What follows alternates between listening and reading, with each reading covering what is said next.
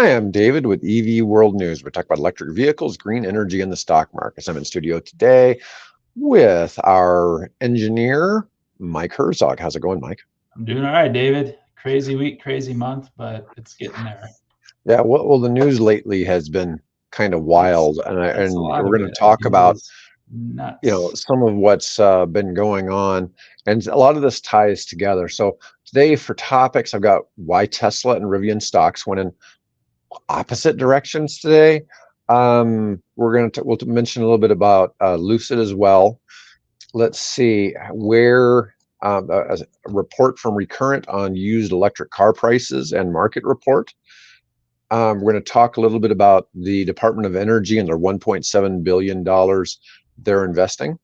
That's big. We're going to talk a little bit about Elon Musk and Donald Trump, his endorsement of Donald Trump. I've got something weird about Amazon Prime Day that really doesn't affect electric vehicles, but I thought we'd talk about it anyways. And we'll see. I have some other stuff if we end up running low on topics. In fact, I think I'll start with the Amazon Prime thing. This was really funny. And this is a lot of times you and I talk about the fact that I'm trying to avoid as much bias as I can in reporting. So CNN is not the most reliable. In fact, they've kind of fallen a little from grace. One of the guys on Twitter that I'm connected to, he has 4.5 times the pull of CNN as far as a media channel. Okay. So, anyways, I'm not so sure how relevant CNN is anymore. Yeah, You know, Mario Knopfel. I still pop onto CNN daily, just as one of those. I go to a lot of news sources, try to see what's going Right, on. I swear half of it's advertisements, right. or product reviews, or buried articles that say go in this, and then you read the fine print. This article sponsored by the person selling the product that they're talking about as being great. And it's just maybe that's a Well, product of a lot of them, but it's gotten pretty bad out there. so we just had Amazon Prime Day or whatever this week, right? Yep. And so the article from CNN Business, Amazon Prime Day, major cause of injuries for workers, Senate finds. It's like, well, let's just make it sound bad because they're super busy. They have more accidents than normal working at Amazon. And it's really crazy to think about because we've talked a lot about Amazon here on the channel because Mhm. they're the largest user of electric, you know, Yep. vehicles as an organization. They have the most private EV chargers, but this would just happen to be about how many accidents. And this isn't being investigated by Bernie Sanders.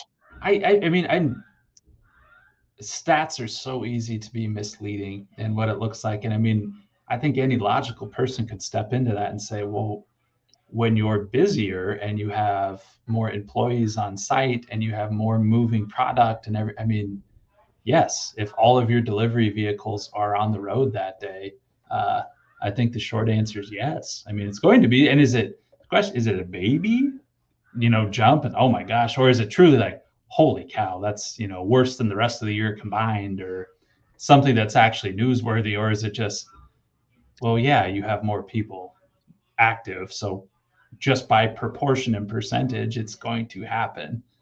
Yeah, I just thought it was kind of interesting. It's like, oh, let's just find something to criticize Amazon for. And I don't know. Amazon is one of the largest employers in the country. It's obviously a huge American success story. And then I just see, something like CNN kind of dumping on them. And I'm just like, really? It I don't really, know. I mean, yeah, I guess it's they're counterbalancing how much advertising they're doing with Amazon. Well, I'm not saying it's fake news, Jeff. I'm just saying it's just like why does it got to be just bashing on somebody like that? I just found that just kind of fascinating because I was looking at news articles on EVs and somehow this came in with some of the other stuff I was looking at, and I just like, well, I just thought I'd mention this while I had Mike on here.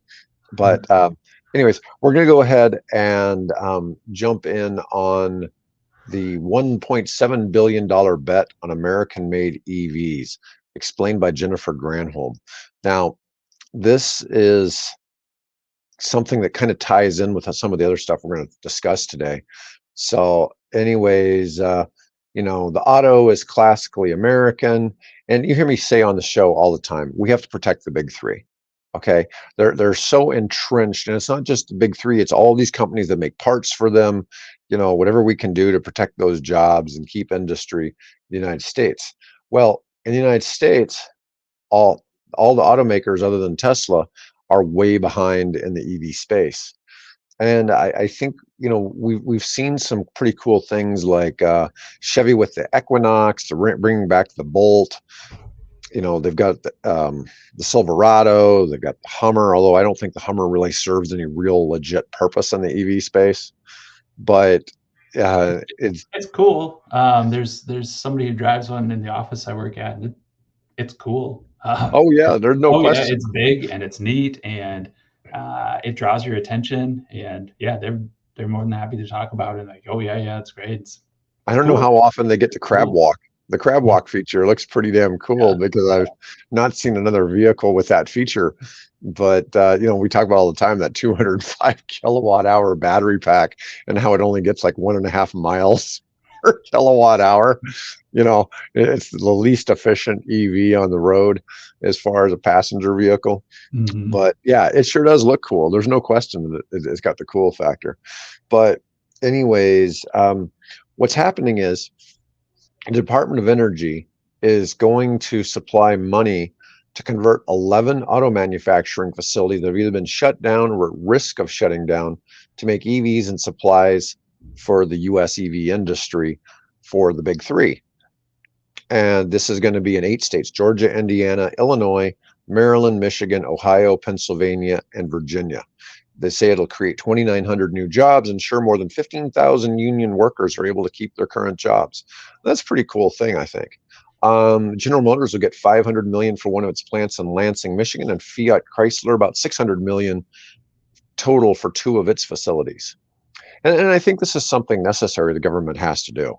I'm not saying they're bailing them out. I don't know I don't know if this money is a grant or if let's see if it says if it's just simply a grant. It says they're announced that they're funding it.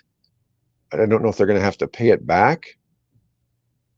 I don't know. I don't know. I didn't go into that much depth and detail either, but I think that's one thing I've learned and is so interesting to me after talking about this topics for about a year now and going through. It's the foreign markets, and truly the foreign development. And I think I've heard it described maybe by you or by others. I mean, China's the major leagues right now.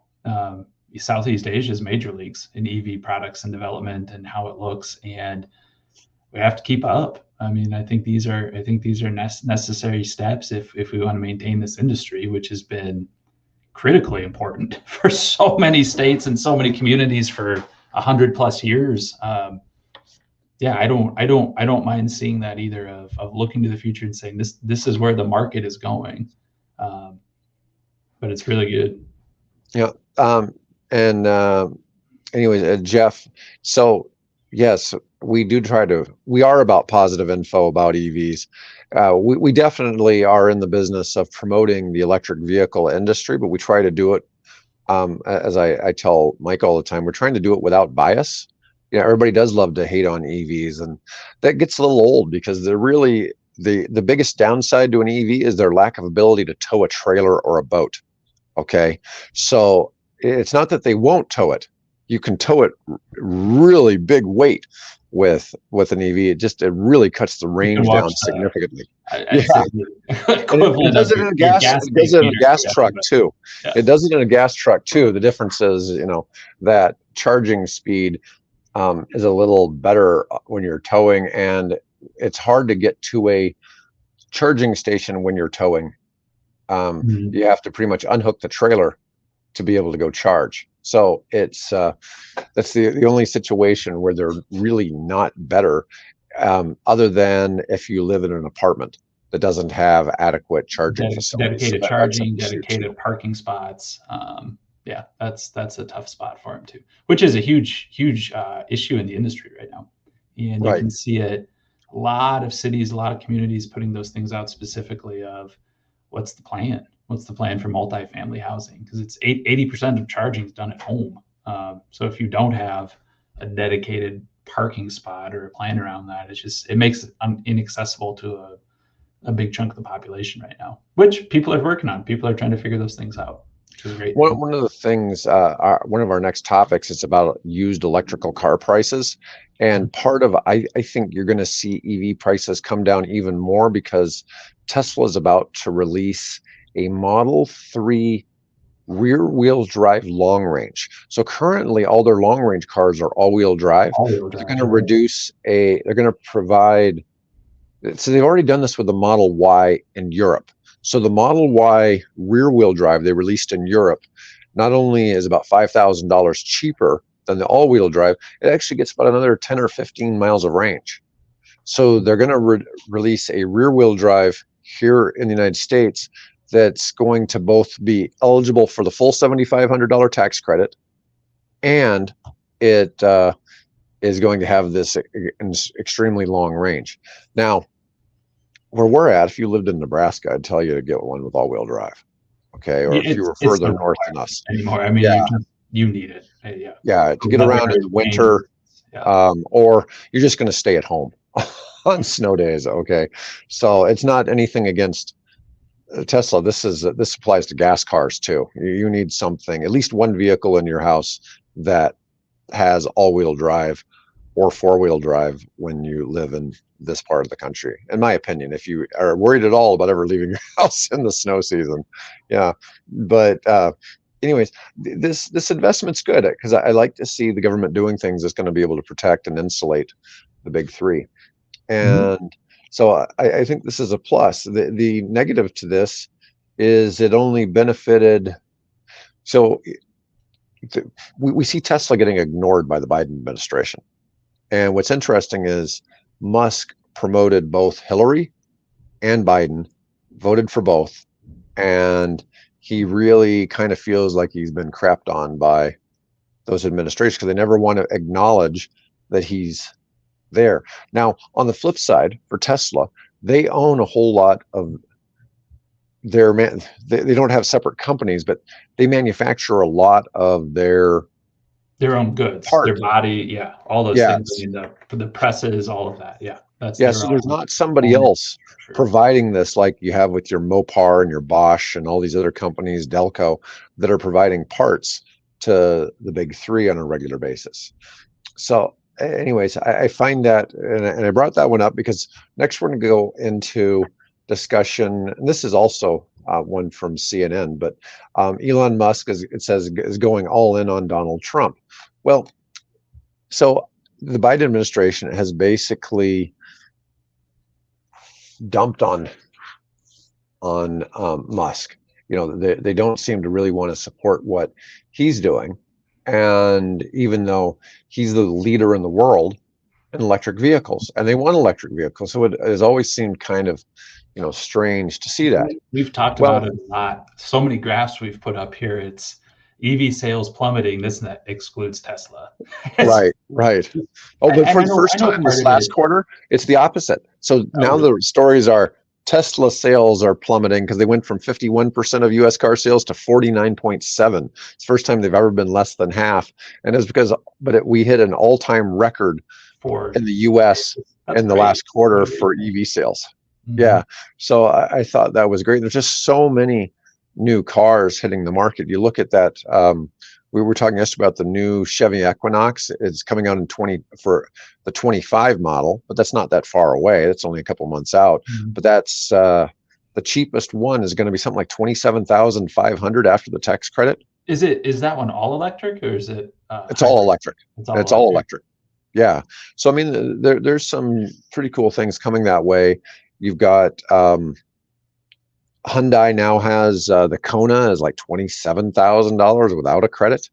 So you've really before the credit, you can lease a Tesla Model 3 that doesn't get the tax credit for $299 a month with about $3,000 at signing. It's one of the cheapest car leases available in the market. So it's cheaper than a Camry. Less than a Corolla at this point? Oh no, it's less than, not just Corolla, it's less than the Camry. Wow. Yeah. Yeah. So, well, the Camry's technically a more expensive I was going to say maybe vehicle. I think one of those. Or I I thought should I say, thought it was the the Camry's Corolla. more expensive than the Corolla, but Yeah. we looked at the total cost of ownership. The Model 3 is cheaper than owning a Corolla. Hmm. So, than owning a Corolla hybrid. Yeah. Yeah. The hybrid even. No, so we have not heard Trump supporting EVs in the slightest, but he's very yeah, he kind of goes back and forth. He has praise for Elon, and sometimes he calls him a nut job. So it just depends on the day. But the one thing he's like, we have to protect, our Thomas Edison like people. I don't remember what the exact expression he was, but he brought up Thomas Edison. He also said we need to protect the people that invented the wheel, which I thought that was kind of funny. He said the light bulb and the wheel. Well, the wheel wasn't invented by an American, but I just thought that one was kind of funny. But anyways, but so Musk has this after the assassination attempt the other day, about 30 minutes later, Musk comes out on Twitter, says he endorses Trump for president. And he's also agreed he's going to put $45 million a month into a super PAC that supports conservative policies and leaders. Well, another billionaire named Bill Ackman has agreed to do something similar. Okay. Now, Ackman probably doesn't get the same financial benefit out of this, but what I see, Trump is saying he's going to remove the mandates on EVs. Trump hates regulations. Okay. So he's been big on when he was elected last time on rolling back a lot of different regulations. But that being said, um, I'm thinking that and I've been watching because we're going to talk about this a little bit about how the stock market has received this information. So, in my opinion, that $45 million a month is a small price to pay to potentially keep the EV incentives going, okay, that are a part of the Inflation Reduction Act. Now, I think Trump may want to get rid of some of the mandates that all the cars need to be electric by 2035, but in my mind, I would find it really hard to fathom that people would still be in 2035. We're talking what, 11 years from now, Mhm. would still be even really considering buying a gas car because of the improvements we see on our side, reporting news and seeing what people are developing and how fast things are changing. I mean, we have 5-minute charging. Um, we're going to have EVs selling for less than $20,000 in the next 6 months. So we're Yeah. gonna have that. We're gonna have that VinFast. It's at some point, and it's starting to be reported that way and come through. It's going to be a market function, and the Yeah. market is going to drive it, and it's going to drive demand and control it. Now, was there a hefty push to get that boat off the dock? Yes, absolutely, Yes. and that's still going there. But it's starting to come through. Um, Even without those, the incentives, they're starting to say, well, they're going to be cheaper to own, cheaper to purchase, cheaper to operate. And I think what we've uncovered quite a bit in this type of format is it's foreign markets. Even without the United States, the Chinese market is driving this. The European market is driving this and controlling those spaces. And it's just you're going to have to adopt. I mean, if the market says this is what we're going to do, the market says this is what we're going to do, and too late. I mean, it's the boat's left, the train's left the station. Yeah, and I think the relationship, because Trump has already said he'll put Musk in an advisory role for the government. Um, I think he recognizes that EVs aren't going away, but I get comments all the time on our videos about how EVs are a scam and all this other. I mean, I get all the negative flack. I mean, I catch it all. And the thing is, well, what is it you don't like about EVs? Is it the better gas mileage? Is it cheaper to operate, faster? You don't like a car that's way faster and funner to drive? The only thing you lose noise. You lose noise and pollution, and um, Mhm. but it is inconvenient to own an electric vehicle if you don't have self-charging. Okay, so just throw that out there. That is the thing. If you've got a place at home where you can plug it in, and even even 110 may be sufficient. You don't even necessarily have to have a charger at your house. If you don't really drive a whole lot, you can put in what do we figure, about 4 miles Yeah, every yeah. hour just on We 110. looked at before. It's average U.S. driver drives about 40 miles a day. Yeah, it takes about 10 hours. So overnight, in theory, given time, like you gain. Those lines aren't diverging. It's like, oh, I Yeah. lose a couple of miles every day. Like, no, if you have time to plug it in overnight at your residence, even at the level 1 charging, like it gains. Your battery will fill back up over time. Just takes a minute or a couple hours, but it's doable. Yeah. Well, anyways, my thought here is I think that for somebody like Musk, the financial return per month is probably greater by supporting Trump than it is um, hating him. Yeah. So, in Trump supporters in general hate EVs and the government supporting them. Yeah, I get that. I was telling Mike though that most of the people that I know that drive EVs vote Republican. So, but we're in a Republican state. We live in Nebraska, so I guess I would kind of expect that. If I lived in California, I'd probably expect them all to vote, Democrat. But it's interesting kind of see that. I really, of all the candidates, Trump is the least green of the candidates, and I don't know. It'd be somewhere between Biden and Bobby Kennedy as to who would be the most green, because Kennedy's been into the green stuff for a long time. Mhm. He's been a big proponent of that, but he's not been able to. He wasn't And able to secure the Democratic nomination. I think a lot of what we're doing here, and David, you lean conservative, I lean liberal, and Mhm. it's fun to talk about this space from both of those perspectives, because that is absolutely what you see, is that we hate EVs, conservatives hate EVs, we want big trucks that get a mile per gallon, more power and this and that. And it's not the case. When you start to look at reality and you look at sales and where all these things are going, what we're really trying to promote is people looking at these objectively. Just take a step back. Yeah, nobody likes being told what to do. Everybody gets a little concerned when the government starts handing out money to push an agenda. But it's when you look at what's being supported and what people are trying to do in this space, it's kind of like, yeah, I think if people just took a step back, you take a red or a blue sticker off of it and say, what are we trying to do? Well, we're trying to support American industry. Great. Um, and all of these different pieces out there. And yeah, do you think Chinese will ever get to the U.S.? Let's hope not. Well, in a way, they are. So Volvo just announced. So you were supposed to get deliveries next month of your EX30s if you had put in for one, and so they're pushing it back. But the EX30 is essentially a Chinese EV because. But Volvo has figured out a way, because they're a major U.S. manufacturer, and even though they're a Swedish company, but they're making the EX30 in China, but they're exporting something else. So they're going to pay the 100% tariff, but they're going to get it back some other way. So there's some backdoor program for manufacturing that Volvo, and I am sure other companies are going to somehow attempt to exploit this. And so you're going to exploit this. You're probably going to have to acquire Ford or Stellantis or something like that. So Stellantis probably has some backdoor way they can do the same thing. So I suspect you're going to see some of this anyways. But if you look at what was it? Is it the Seagull? Was it the Seagull that's the super cheap one? The super cheap, 10,000. Yeah. 12,000. Yeah. So even at $20,000, that thing would sell like crazy in the United States.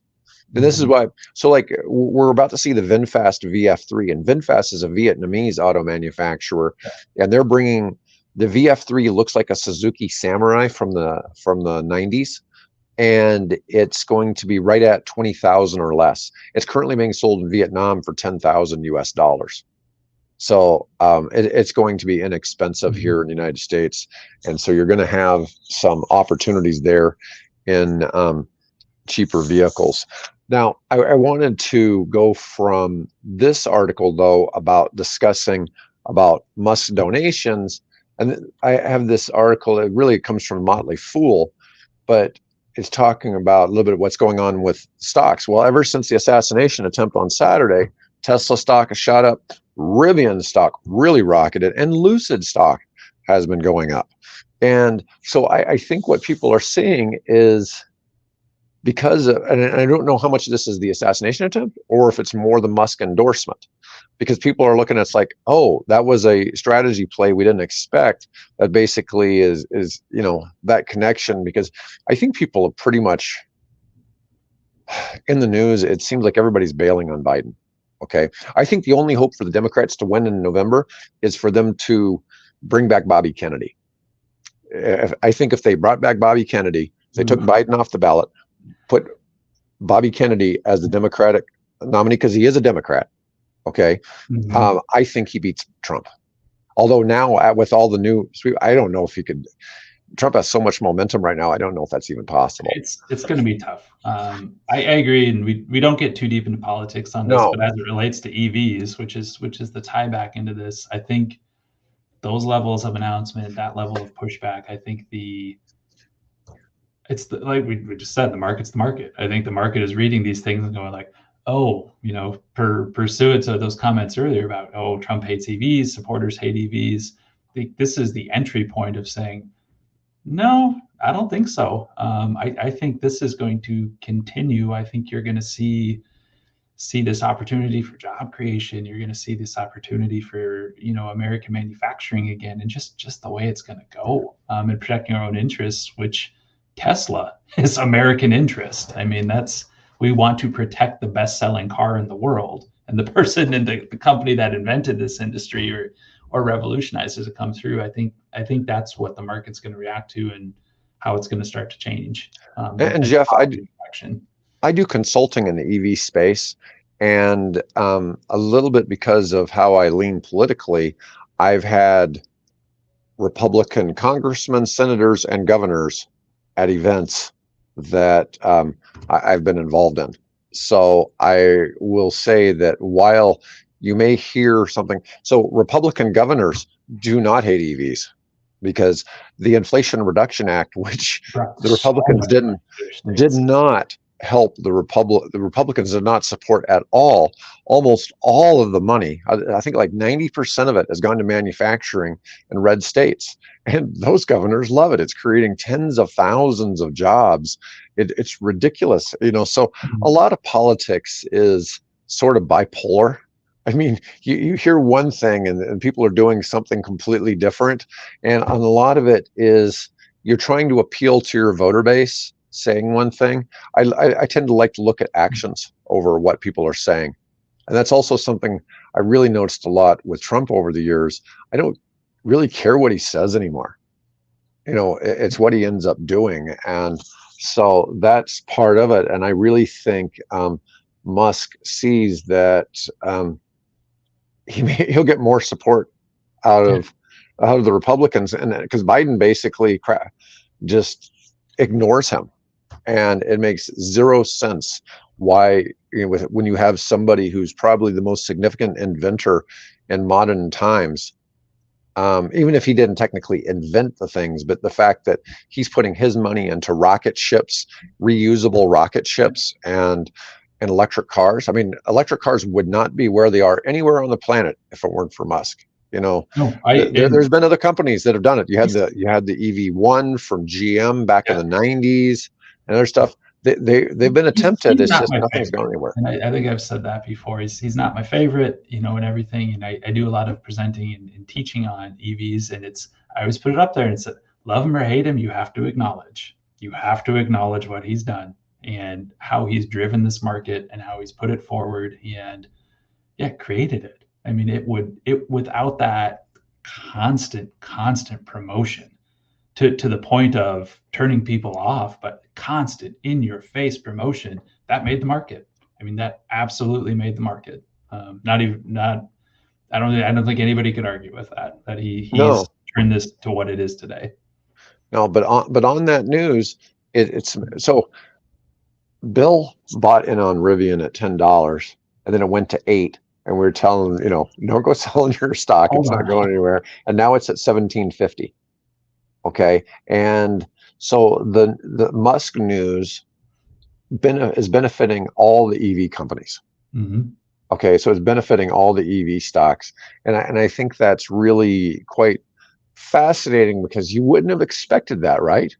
That it isn't what, and so like I'm saying is you have both retail investors, which is small people, and then you have the corporate investors who are like hedge funds and things like that, but they're all going in on this pattern. Yep. Yeah, and so it's a different look for what you're thinking. I want to talk about recurrent. So Jeff, if you're looking at a used car in the EV space, you want to look for a recurrent report. Now, the recurrent report is basically what it does is it does an evaluation of the battery in the car, and it basically expresses it as a percentage. And it basically tells you what the range is of that battery compared to when it was new. Okay. Mm-hmm. So you'll see an expression of anywhere from, I've seen one at 99%. That's the highest I've ever seen. I've seen them as low as about 92% when people were actually publishing the data. And it really depends on the mileage on the car. And a lot of that is affected by how often it's supercharged. Okay. So if you're looking, oh yeah, so you're saying you're looking on the used side. So if you're looking on the used side, there's a lot of opportunity there. If you need a 4-door car, I'd really look at the Leaf or the Bolt. Yeah, so those are great choices. If you're getting a Leaf, try to get it as new as possible. So it has to be at least 2 years old. Okay, so 22 is the newest you can get, but you could get a Leaf in there. Bolt, I'm not sure. What would you think would be the best? 20 and newer? I mean, When did they take their break? so Bolt really improved the quality of their GM really improved the quality of the batteries. I think it was in 20. As in 20. They took a massive leap forward on the batteries. Mm-hmm. I'm not against the rentals. I actually have bought so many cars like from Enterprise over the years that I think that's a good thing. The problem the Hertz had was people didn't know. I don't think the staff knew really how to support EVs, and the people renting them didn't know how to use them. And this was a real problem. A lot of people, Hertz does a really big program with Uber, and a lot of the Uber drivers don't know how to charge them properly. Although the Teslas kind of automatically start conditioning the battery when they're going to charge it, if it knows you're going to charge the battery. If the car realizes that you are planning on going to charge it, it'll automatically precondition the battery. So if you were driving from say Dallas to Washington, D.C., for instance, you'll plot your route, and the GPS in the Tesla will tell you every place you're stopping. And when you're about 20 minutes from that location, it'll start preconditioning the battery to make it charge better. Okay. But if it's not done that way, it can have negative effects on the longevity of the battery. So one place you might look at, we had the owner of evauto.com, which is out of Salt Lake City. We had him on here for an interview once, and I was really quite fascinated with what he's doing. He's actually opening a second dealership in Salt Lake City, and he will ship cars, but his site uses the recurrent report. And so you can look on it and it'll have the battery report, and you can click on the battery report and you can look at every single car. He mostly does Teslas because you can get a Model 3 now with about 60,000 miles on it for, 25 minus the 4,000, making it 21. But the other thing you might look at, and even though it's a little bit older, well, if you're going full, I always tell people to look at the ELR, but that one's a plug-in hybrid. It's not, it's not a true EV. But I don't really see the disadvantage with the rentals. No, as long as you get like Carfax, the commercial we've seen 1800, or your report, as long as you understand what it is and somebody didn't beat the hell out of it and it still is testing out and somebody's looked at it, I think it's fine. I think it would be an issue with it. I know one of the owners of car lot. And here in Omaha, they have lots of locations Yeah. around Council Bluffs, but almost all their cars were flood cars. And so they have what's called, they don't have a normal title. Mm-hmm. They have almost a remanufactured title, or they get damaged cars and rebuild them and stuff like that. So he has this weird title on them. I don't know if I'd recommend that. So here's kind of the thing, and I don't know. Oh, an ELR is a Cadillac, really nice Cadillac. It was $75,000 new. You can find them used with about 40,000 miles for about 15 grand. But you probably won't find one in your own town, but you can, if you search for them on the internet, there's usually a few for sale. They only made 2,400 of them, I think, total over they only made them in 2014 and 2016, I think. But it's a crazy deal. But it has about a 37-mile battery range, and then it's gas after that. But it's a two-door car. Yeah, but it's like I said, it was a $75,000 car new, and it looked Cadillac. amazing. Yeah, it's Yeah, it's a Cadillac. It It is looks really great. It's nice. a nice looking car too. Yeah, but as far as mileage, this is something to consider. So a Tesla standard range is considered to have a 300,000-mile battery. The Tesla long range is considered to have a 450,000-mile battery. Most batteries are going to get replaced under warranty. Okay. Now, if you're buying a car that is less than 8 years old, so you were talking like 2018 to 2022. So anytime it's less than 8 years old and has under 100,000 miles, you have a minimum of 100,000-mile warranty on any EV and 8 years, whichever comes first. Okay. Tesla does 120 on the standards, and I think it's on both. I think Tesla, well, maybe they do 100 on the standards and 120 on the long range. And on their more expensive cars like the X and the S, they do 150,000 miles. Rivian, which their used cars are still like $60,000. They're 175,000-mile warranty, and you can get a battery warranty if you're really that worried about it. But on modern, now I'm talking like a 23 or newer battery, you're talking a chance of like a 1 in 200 of having a battery failure outside of warranty, or in any reasonable time frame. The car is expected to be completely trashed and worn out, destroyed in an accident, whatever, before the battery goes. So a lot of that, the stuff about the batteries only last for 5 years or whatever, it's all total crap. But that being said, some of the original Bolts and Leafs had problems. But when I talk about that, I mean, the Leafs already sold 1 million cars in the United States and over the years, but it's been out for a long time. I think it came out in like 2010. 2010. Yeah. 2010. And the Bolt's been out for a long time. So the Bolt had problems, but most of your horror stories you ever hear, that used to be, you'd see occasionally a parking facility that said no parking Chevy Bolts in here. Okay.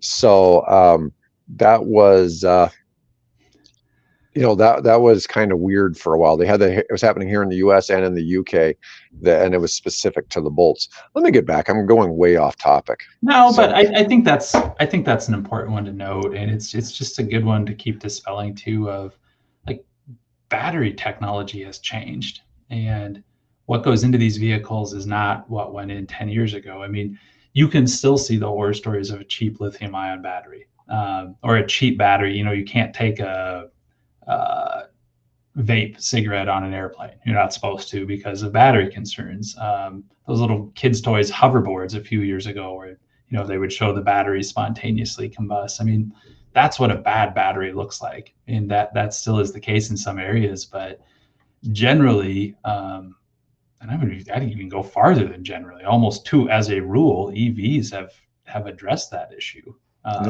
And fix that, of the spontaneous fires and everything like that. Now, if they've been in an accident, maybe that's a little bit different and it's damaged, but brand new, they've fixed, the random, or like my car just started on fire for no reason. That's been addressed.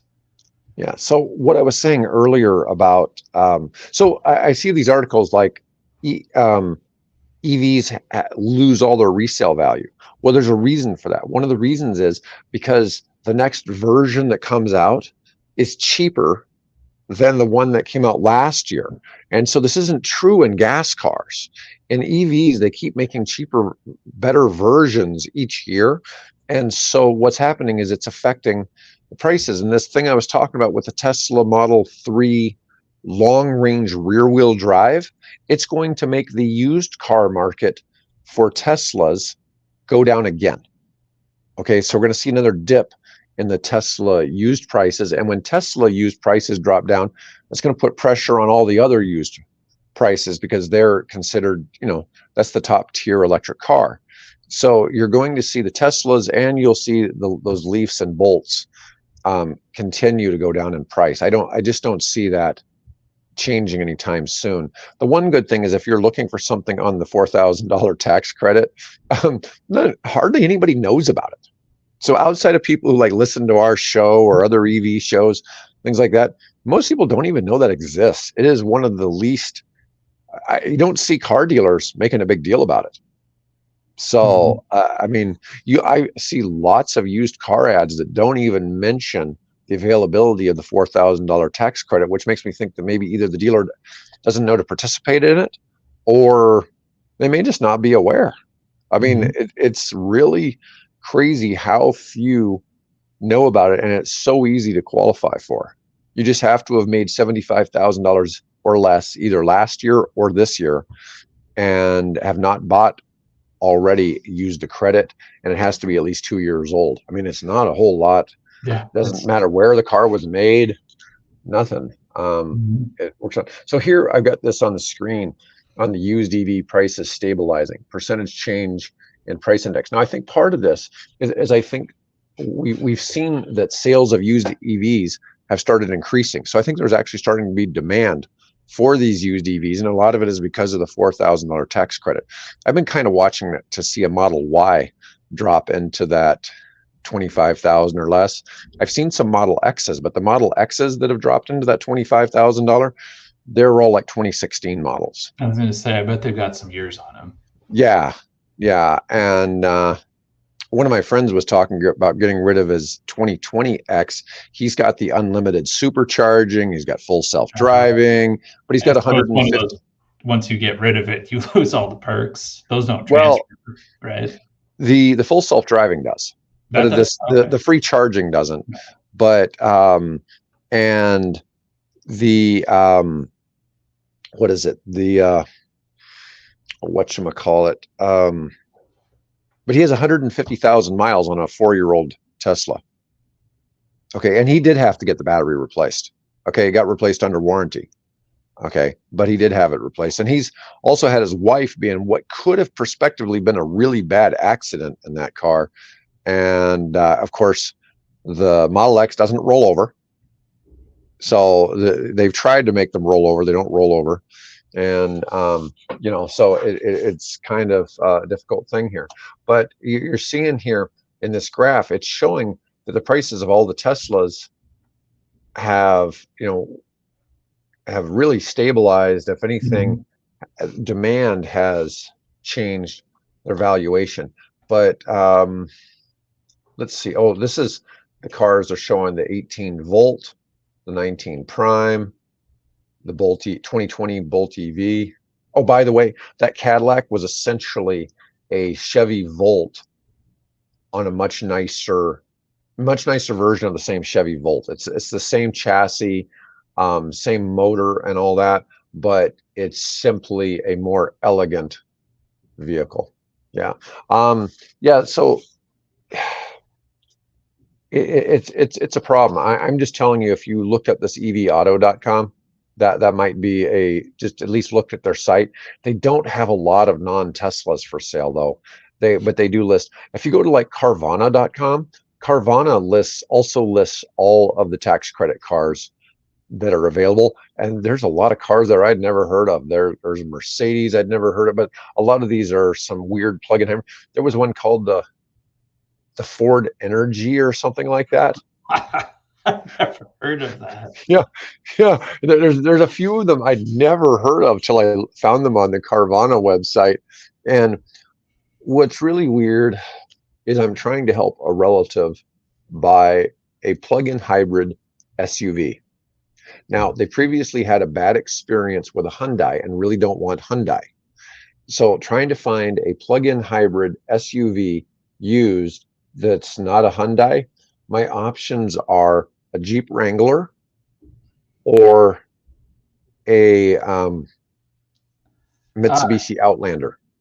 isn't Toyota? Isn't the RAV4 coming out with that option, or is it not available? They're coming out with it for But it's not. 24, And but there's no I used thought ones. Honda was looking at the same thing Yeah, with the so CRV, but I know they're at least a couple years out. But I thought the RAV4 was supposed to be here already. if you look at any of the tax credit plug-in hybrids, there's no SUVs. No SUVs, unless you can get something like the Model X coming down into that's old enough. Oh, well, that's not a plug-in hybrid. I'm just saying there are no plug-in hybrid. Almost all of those plug-in hybrids were made between 2014 and 2020. And then so it's like they were really premature to market. So in the graph that they showed earlier, I didn't discuss this graph, but green is plug-in hybrids. So look at how plug-in hybrid sales are starting to soar. But you have a whole lot of vehicles now. Toyota, Hyundai, Mitsubishi, all have plug-in hybrids, and there's more than that. Now, worldwide, BYD is the leader in plug-in hybrids, and you can't buy those in the United States. And so then it shows this kind of purplish looking blue is battery electric vehicles, how much they've gone up. And then it shows, gas cars slowly going down, but not really. Slowly, but not really. Okay, it's pretty stable. So Lucid is, and this, I'm going to talk on, I'll touch on this on two pieces, Escape. So one, as a stock, I don't think you can go wrong with it. So my reasoning is the Saudi royal family already owns like 60 or 70% of the company. So all the stock that's in the float is good. Lucid's not going anywhere. Okay. I mean, like they're not going away.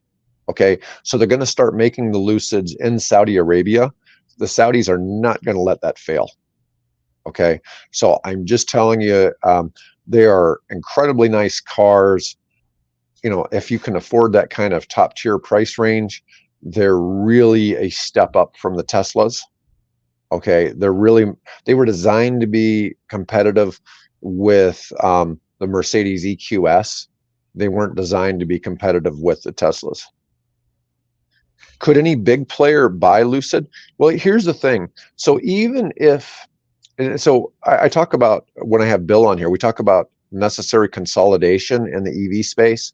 So some of the things I've seen, like I've suggested that Rivian seems almost like a Ford company a little bit. Their product looks like Ford's. It almost makes sense for Ford to acquire them to get their technology, but Volkswagen beat them to the punch. So Volkswagen put in $5 billion, and they have the right to, and I know we're not talking about Lucid, but the reason I'm bringing this up is Volkswagen will become the second largest stockholder in Rivian behind Amazon. Amazon's number one. Okay. Now, when it comes to Lucid, you have an issue in that, so since the Saud family already owns 60 to 70% of Lucid, it's really irrelevant how much, if somebody came in, so the entire retail float only is 30% ownership of Lucid, if that makes sense. So if you went and you bought up all of the stock in the market on Lucid, the Saudi royal family still owns it, if that makes sense. So so you're not, the Saudis, the Saud family is wealthier than Musk. Okay, so you're not even talking, I mean, they're probably 5 times as wealthy as Musk. Okay, but you're talking family money and basically the entire kingdom of Saudi Arabia versus one man there. money wise. Okay, so when it's factored in, like who's the wealthiest person in the world, I don't know where they rank. They probably rank, like the king of Saudi Arabia probably is like in the top 20. But when you combine all of their money and their holdings, it's a little bit deceptive because they really are that much wealthier than Musk. There's a couple of other families that are like that. So yeah, Well, I it used don't to be see that. So the I think Waltons, right? I mean, forever it right, was the Waltons here, and 5 of them were on the top 10 list. Oh, okay. right, Yeah. right. Yeah, they've dropped down some now because so Mhm. many of the tech companies have really Have shot become up. super Yeah. wealthy. Yeah. But it's a difference in how some of that plays in. But anyways, that was pretty much what I had. It was a different show for today because we've had weird news in the space, and I think it takes some explaining. Um, so this is interesting. And long term, which stock is better? So I would personally, if I were going to recommend one, I would be bullish on Rivian. Okay, so Rivian has a few things. So I think Lucid's always going to be around, but let's think of Lucid. Who would be a luxury car maker? Let's think of Maybach. Okay, Maybach basically remanufactures Mercedes to be nicer, right? Okay, Lucid's never going to be Lamborghini. They're never going to be Ferrari. Okay, they're going to. Well, I say that. Okay, I mean, something could change, but I don't see that. I see them being somebody more of, I don't know. They're going to not be the top tier manufacturer. They're not going to start making a mass market Volkswagen. Okay, so I don't see that, but they're going to be in the kingdom of Saudi Arabia, and they're probably all going to stop driving German cars, and they're going to all drive Lucids. Okay, that's going to start being the car of choice over there. So I think you're going to see that. But in terms of what stock is better, I like Rivian for a couple of points. For starters, let's say Rivian decided to stop making cars and trucks. Well, actually, they don't make cars, but they make SUVs and trucks, which makes them very similar to Ford. Once again, they're really, in my opinion, they're trying to compete with Ford, not somebody else. But anyways, or in a lot of cases, I compare the Rivian R1S, their SUV. It's basically a Range Rover. It's basically an electric Range Rover. And that's also why a lot of the Fords look like Range Rovers, is because Ford hired design people from Range Rover a few years ago, and so you see a lot of this commonality. But Rivian has delivered a little over 10,000 electric vans to Amazon. The total order is 100,000. Okay, so they've got that. Okay, secondly, they have tremendous orders for their new R2 SUV. They've got tremendous pre-orders for that. They're trying to get to manufacturing it later this year. I think there's a lot of Rivian's going to be a mass market car maker. Okay, so they are bringing some cheaper SUVs to try to compete with the Tesla Model Y. But in reality, and this is something I've heard even from like the BYD people, the BYD people don't care about Tesla. They're trying to compete with Toyota. Okay, and I think you're going to see this with Rivian, is that Rivian is trying to compete with ICE vehicles more than it is necessarily with the other EV makers, because it's all a matter of time before the transitions become much bigger and bigger in every country. Because I tell people all the time, you can't have a gas station without electricity. Okay, everywhere you go, there's pretty much going to be some access to electricity if there's any kind of civilization nearby. Whether it's solar or whatever, it may not be transmission lines, but there's some way people are getting electric power just about everywhere now. So it's just kind of a matter of time. Electrification of vehicles, and I brought up the stuff today that was political, but I try to tell people, it's like the EV thing's not a political issue. It shouldn't be. It shouldn't become it. It's going to be. It's simply, what type of fuel's going in the cars. And when you see the Saudis betting on being invested, so the Saudis also own part of Rivian too. I think Isn't they're like that the third or interesting, fourth base. right? That's where they're choosing to invest. That's where they're putting their money, is in Be the electric telling, car right? companies. Yeah. Yeah. Yeah. Well, I think they're hedging their bets, Yeah. Yeah. That's but and I think that's important. Anyways, folks, I want to thank everybody for watching today. And Mike and I have been on here for an awfully long time. I didn't actually expect we'd have this much no, that content. was great. And thanks, And Jeff. Thanks for the questions, and changed it a lot, and escape as well. That was good stuff. Yeah. yeah, Thank you for engaging in dialogue. That was good. yeah. Anyways, folks, have a great day. I'm cutting the stream. We'll be back.